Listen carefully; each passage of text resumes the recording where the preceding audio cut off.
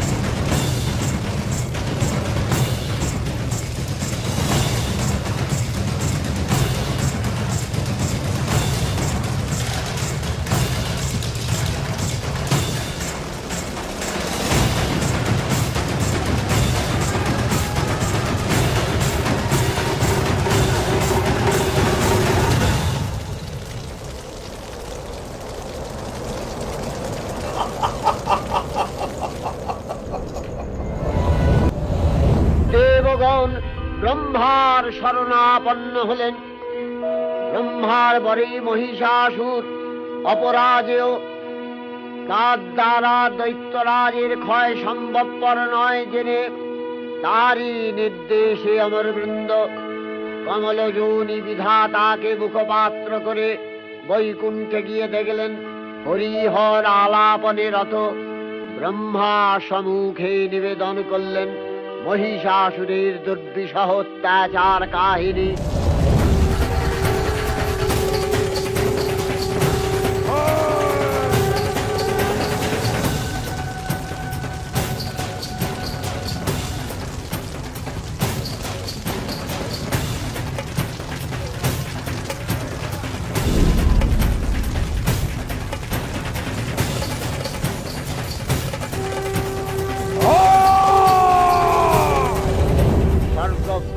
দেবদাকুলের এই বার্তা শুনলেন তারা।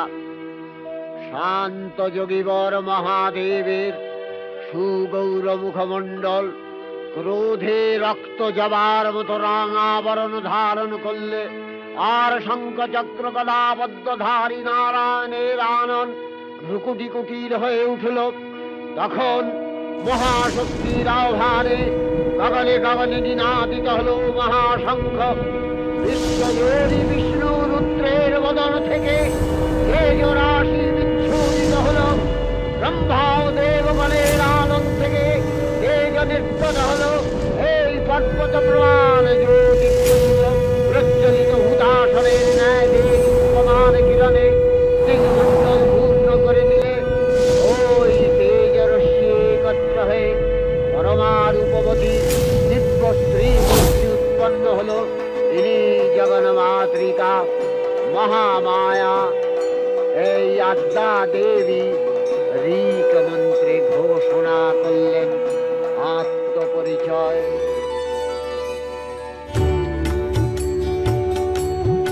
আমি সেই মহামায়া সনাতনী শক্তি রূপা গুণাময়ী। আমি এক, কিন্তু প্রকাশ বিভিন্ন। আমি দেবী নারায়ণ, ব্রহ্মাণ্ড শক্তি রূপা, কখনো মহেশ্বরী রূপে প্রকাশমান, কখনো বা নির্মল কৌনারী রূপ ধারিণী চামুণ্ডা। আমাদের তমময়ী নিয়তি, আমার আবির্ভাব হেতু সর্বপ্রকাশ্যমানা মহাশক্তির সূচনা হবে। জয় জয় হে মহিষাসুরমর্দিনী রম্যকপর্দিনী শৈলসুতে।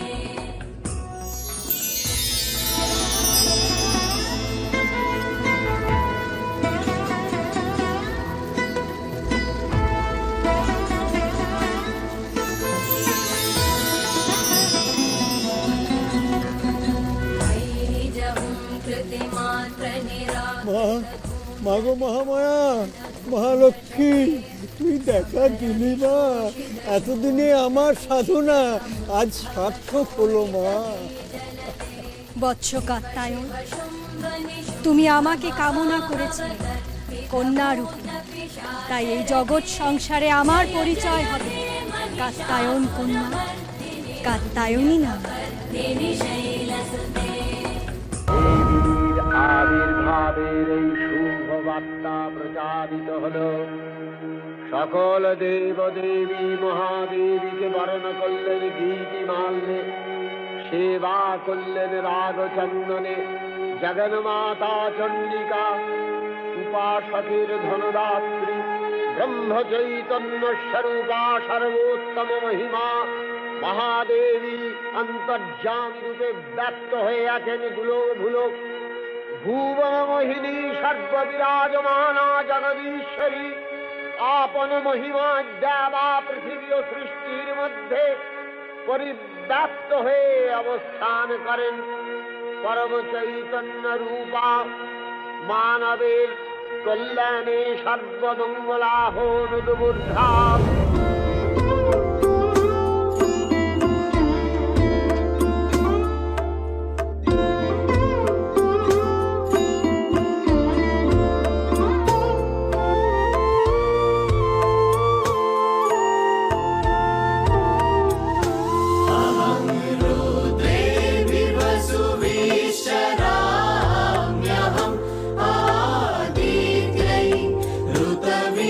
ऋतविश्वदेवै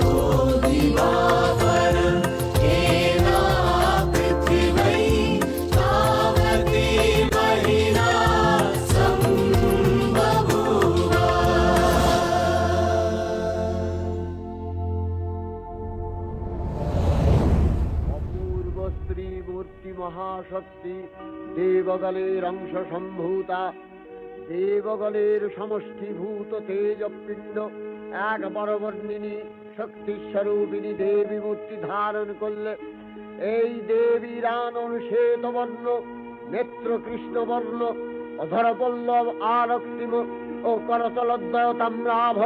তিনি কখনো বা সহস্রভুজা, কখনো বা অষ্টাদশ ভুজা রূপে প্রকাশিত হতে লাগলেন। এই ভীমকান্ত রূপিণী দেবী ত্রিগুণা মহালক্ষ্মী, তিনি আদ্যা মহাশক্তি। মহাদেবীর মহামহিমময় আবির্ভাবে বরণগীত ধ্বনিত হয়ে উঠল। দেবী নিত্যা তথাপি দেবগণের কার্যসিদ্ধি হেতু সর্বদেব শরীর যথেয় পুঞ্জ থেকে তখন প্রকাশিত হয়েছেন বলে তার এই অভিনব প্রকাশ বা আবির্ভাবী মহিষমর্দিনীর উৎপত্তি রূপে খ্যাত হল। দেবী সজ্জিতা হলেন অপরূপ রণচণ্ডী মূর্তিতে। হিমাচল দিলেন সিংহবাহন, বিষ্ণু দিলেন চক্র, পিনাকপাণি, শঙ্কর দিলেন শূল, যম দিলেন তার দণ্ড, কালদেব সুতীক্ষ্ণ খড়গ, চন্দ্র অষ্টচন্দ্র শোভাচর্ম দিলেন, ধনুর্বাণ দিলেন সূর্য, বিশ্বকর্মা অভেদ পদ্ম, ব্রহ্মা দিলেন অক্ষমালা কমণ্ডলু, কুবের রত্নহার। সকল দেবতা মহাদেবীকে নানা অলঙ্কারে অলঙ্কৃত ও বিবিধ প্রহরণে সুসজ্জিত করে অসুর বিজয় যাত্রায় যেতে প্রার্থনা করলেন। বিশ্ব সংঘার নিনাদিত হতে লাগল।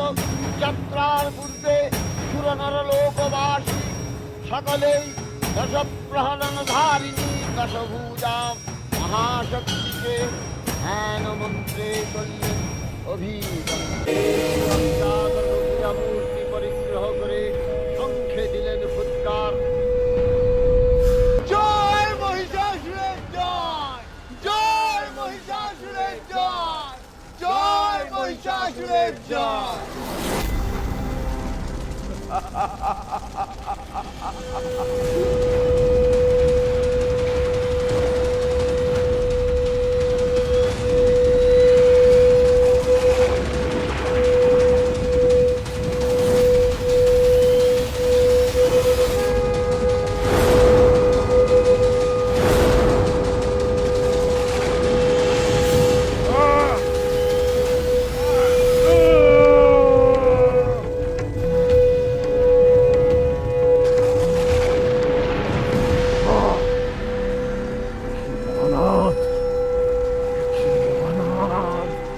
কি ভয়ঙ্কর শব্দ!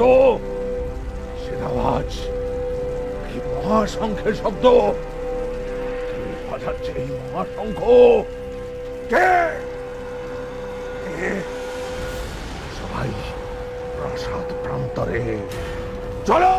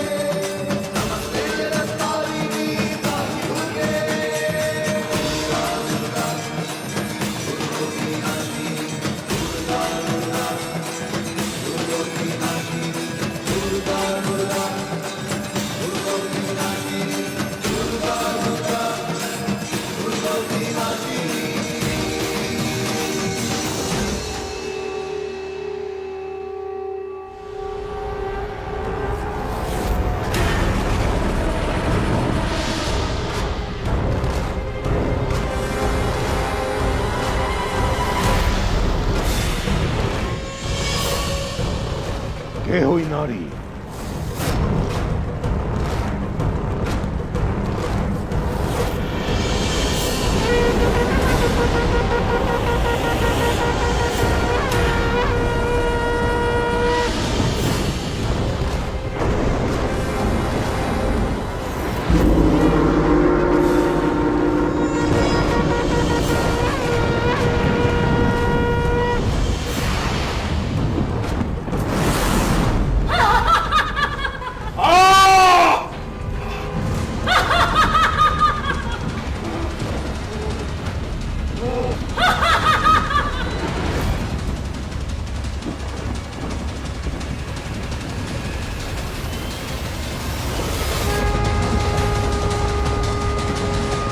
এই নারী এ কি দেবী না পিশাচিনী? এই কিভাবে আমার মৃত্যুর কারণ হবে? এই সেই নারী। সেনাপতি চিক্কুর, আদেশ করুন সম্রাট। নারী তার শঙ্খনাদে আমায় যুদ্ধের আহ্বান জানিয়েছে। যুদ্ধের জন্য অগ্রসর হও।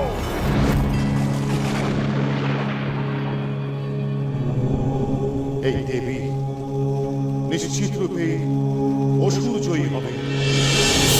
যিনি অসুর বিজয়ী হবেন তার নাম দিলাম জয়া।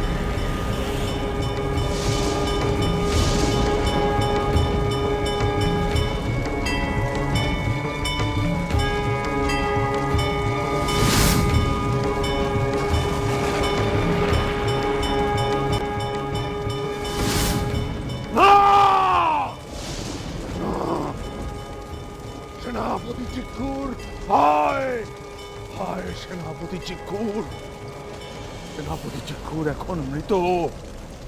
এবার এবার কে যাবে ওই যুদ্ধক্ষেত্রে নারীকে বধ করতে? কে? আর একা কেউ নয় মহারাজ, আপনি আদেশ করলে আমরা সকলে সমবেতভাবে ওই নারীকে আক্রমণ করতে পারি।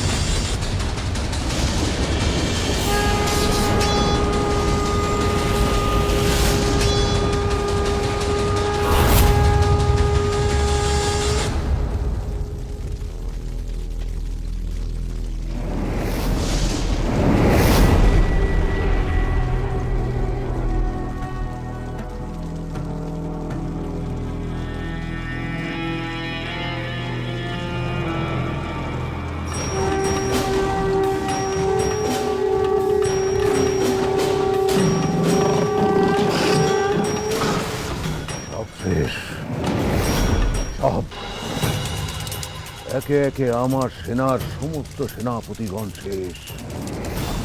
ঝিমুর সব সব সব শেষ।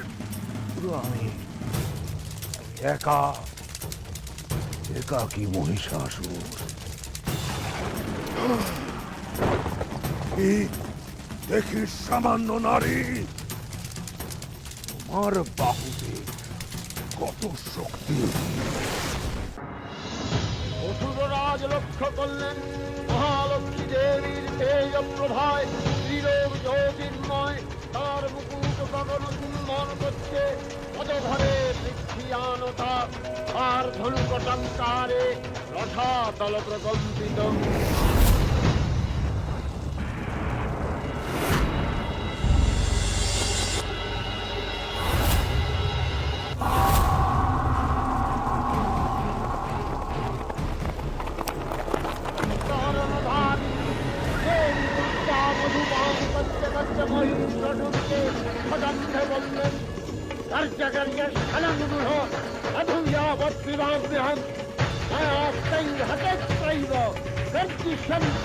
দেবতা